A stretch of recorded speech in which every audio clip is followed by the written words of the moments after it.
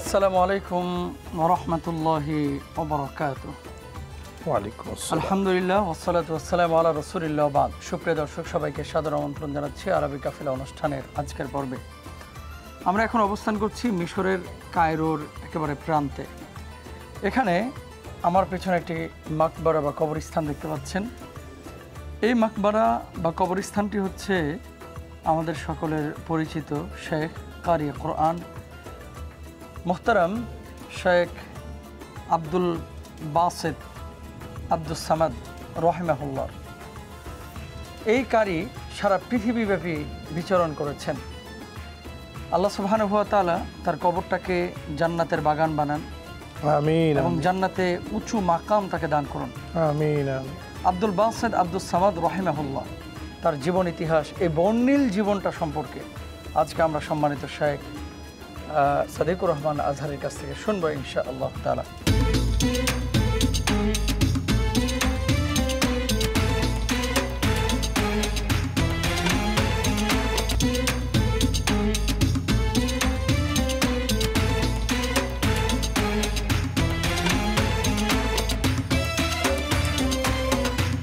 Title sponsor Live Boy. Award by Prawn Recipe Mix. Co-sponsor Shima Steel SARM.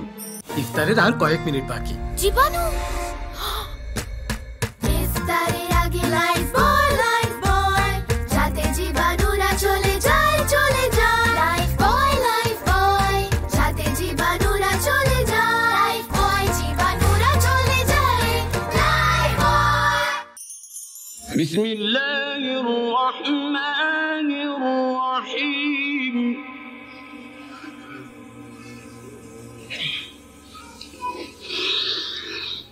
لا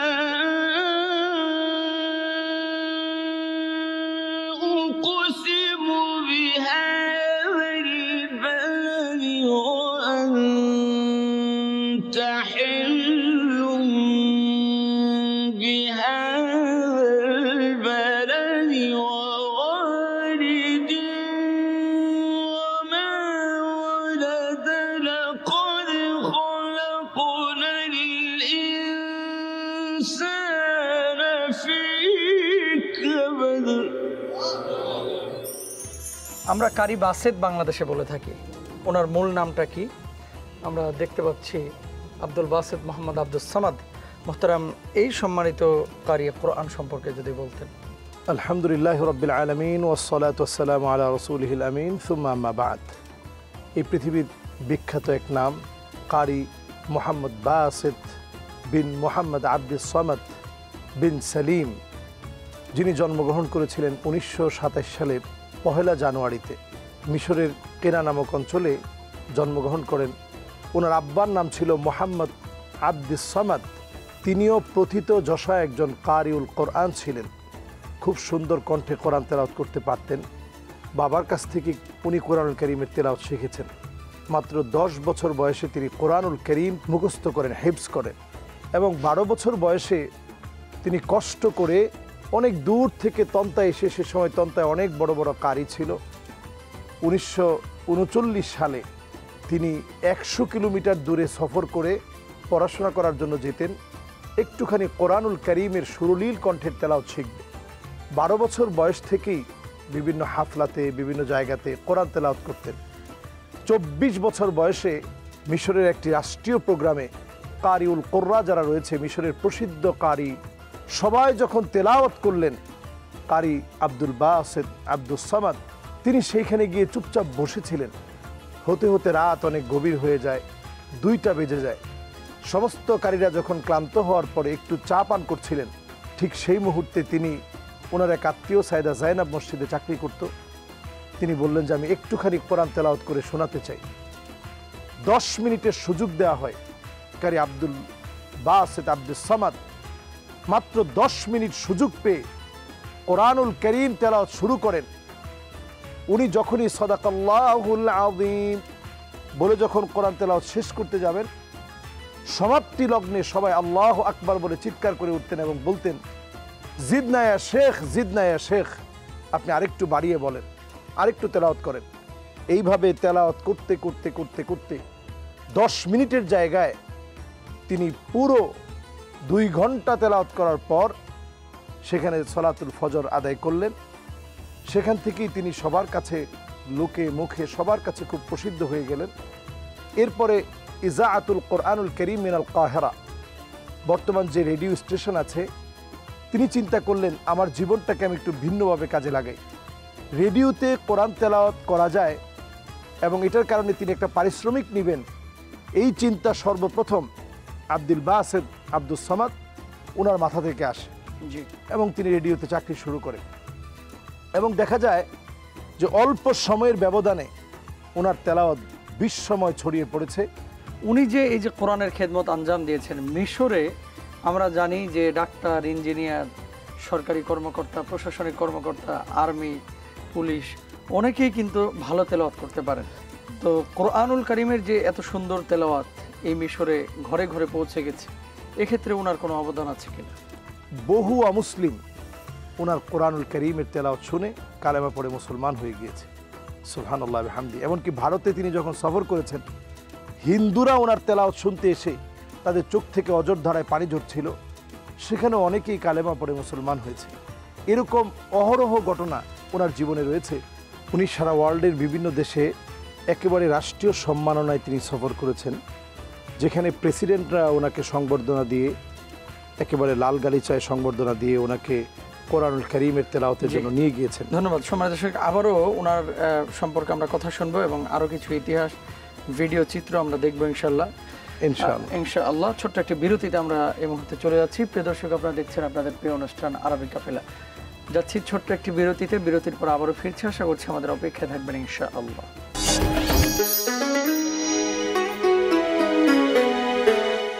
আগের হলুদ বদলে ব্যবহার করছি প্রাণ গুঁড়া হলুদ, অল্পতেই পারফেক্ট কালার। তাই আপনিও বদলে ফেলুন, একবার প্রাণ গুঁড়া মশলা ব্যবহার করেই দেখুন।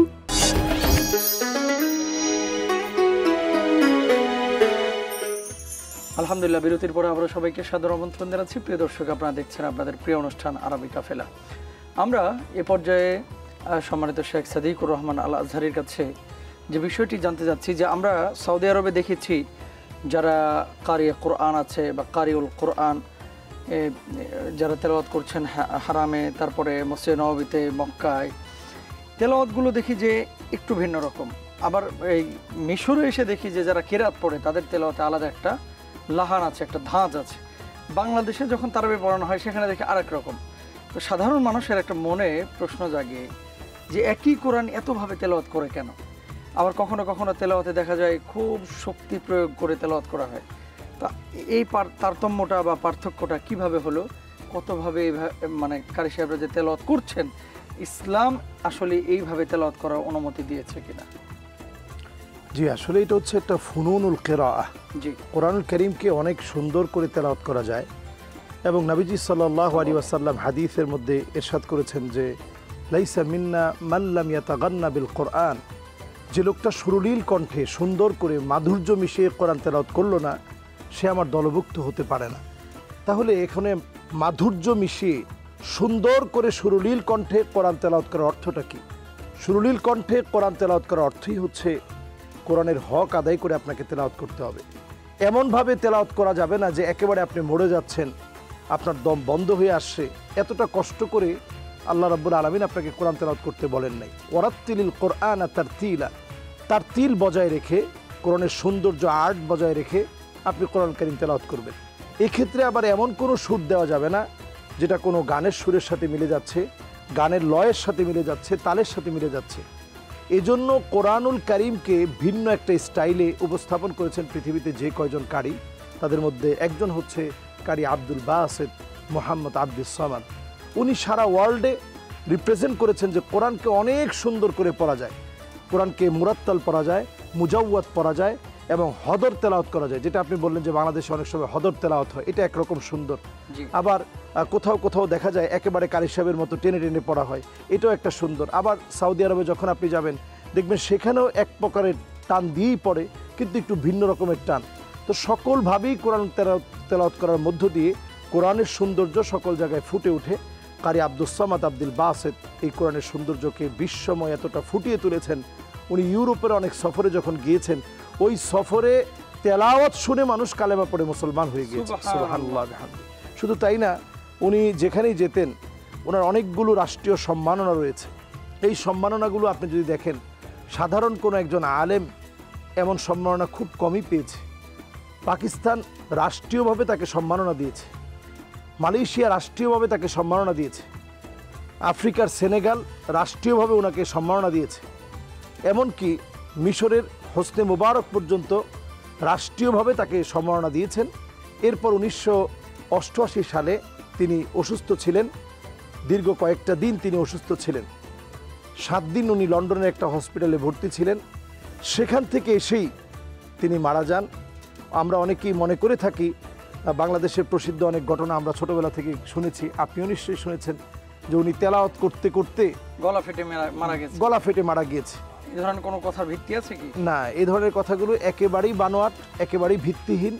উনি স্বাভাবিকভাবেই উনি মৃত্যুবরণ করেছেন। তেমন কোনো বড় অসুস্থতা নিয়েও তিনি মারা যাননি। হঠাৎ করে যখন মৃত্যু এসেছে উনি দুনিয়া থেকে চলে গিয়েছেন। আসলে মৃত্যু তো এইভাবেই আসবে, কুল্লু নাফসিন যায়িকাতুল মাউত।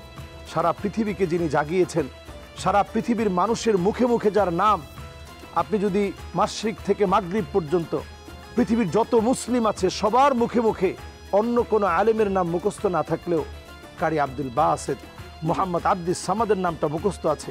এই মানুষটা এখানে এই শুনশান নীরবতার মধ্যে তিনি কবরে শায়িত আছেন।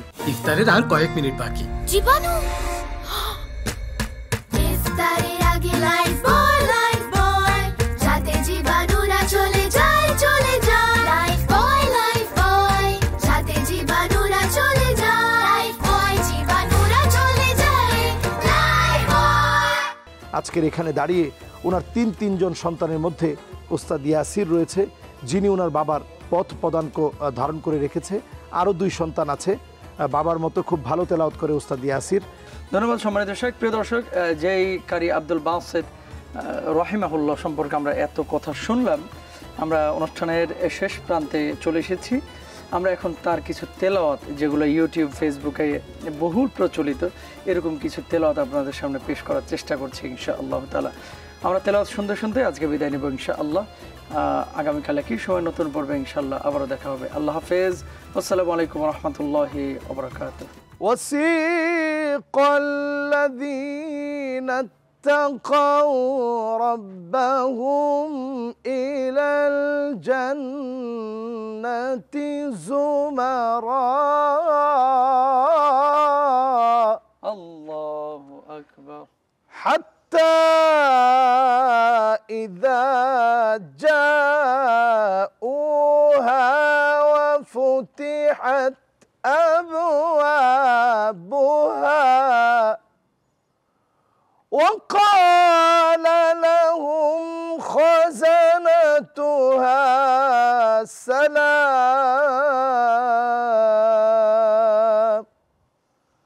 سلام عليكم طبتم فادخلوها خالدين.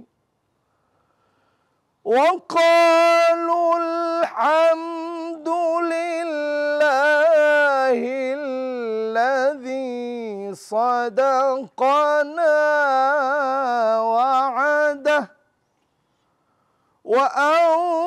وأورثنا الأرض نتبوأ من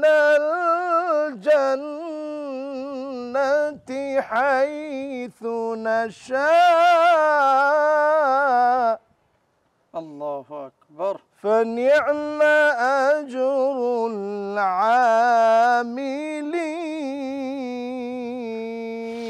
العاملين. وترى الملائكة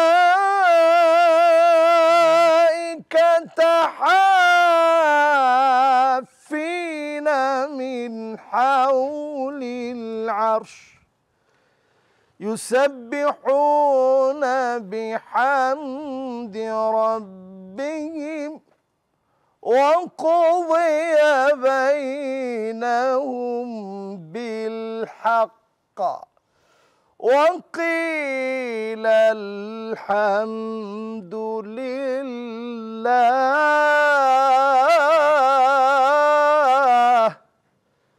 وقيل الحمد لله رب العالمين